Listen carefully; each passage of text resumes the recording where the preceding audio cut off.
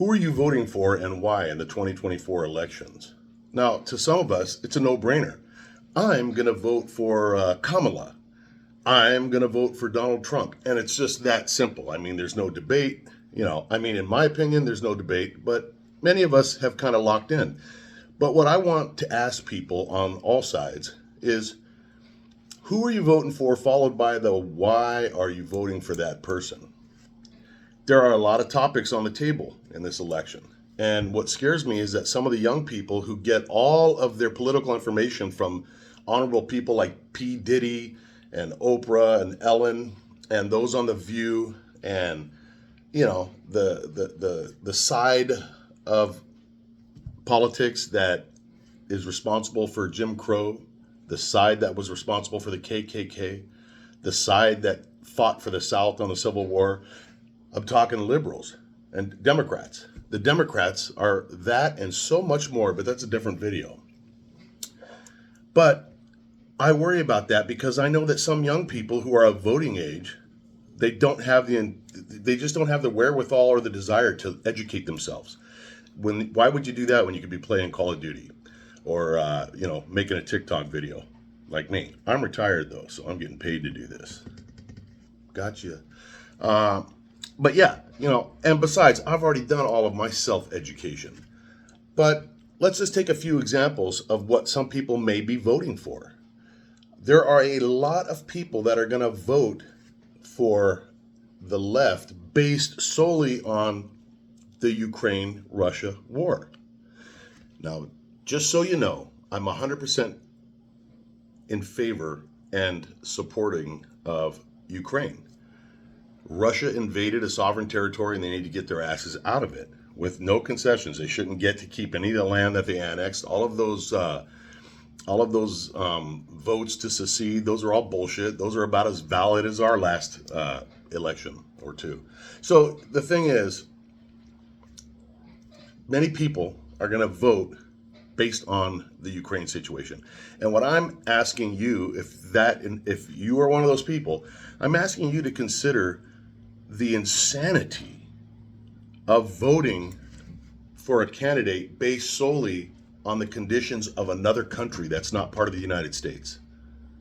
If you are willing to put aside all of the issues in this country and simply say, I'm going to vote for this person because they support a country that's fighting another country or a country that got invaded.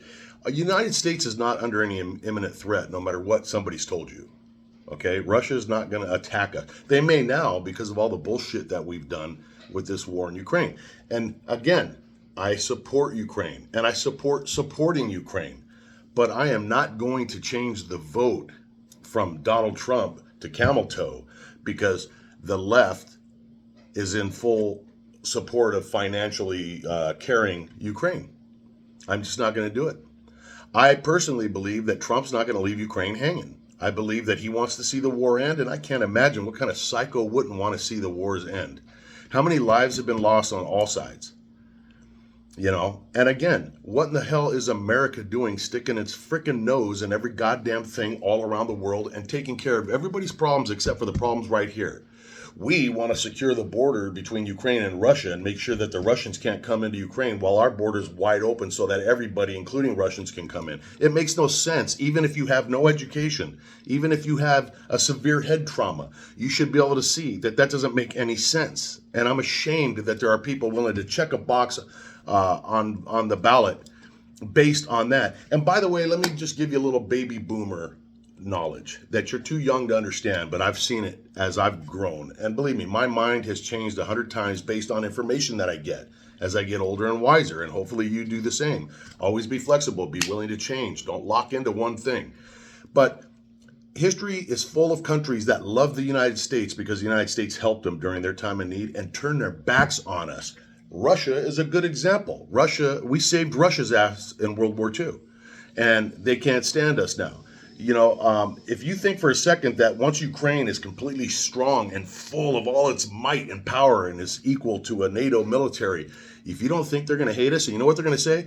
You guys didn't give us the right to shoot rockets into Moscow. You caused us to lose more people. They're always going to find a way to fucking hate America, and there's a simple reason for that. And this is a part you're too young to understand.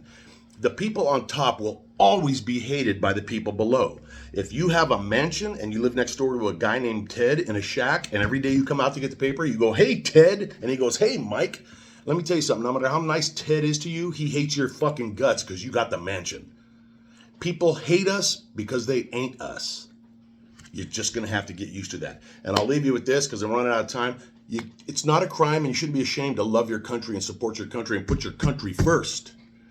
Like Zelensky's putting his country first. And Putin's putting his country first. Put our country first and vote for who's going to get us out of this fucking recession, this financial disaster, this loss of our constitutional rights, this killing of freedom of speech, and this insanity where we have to look at each other with a straight face and fucking call men women and women men. It's sick, and I think you see it too. Love you. Stay safe.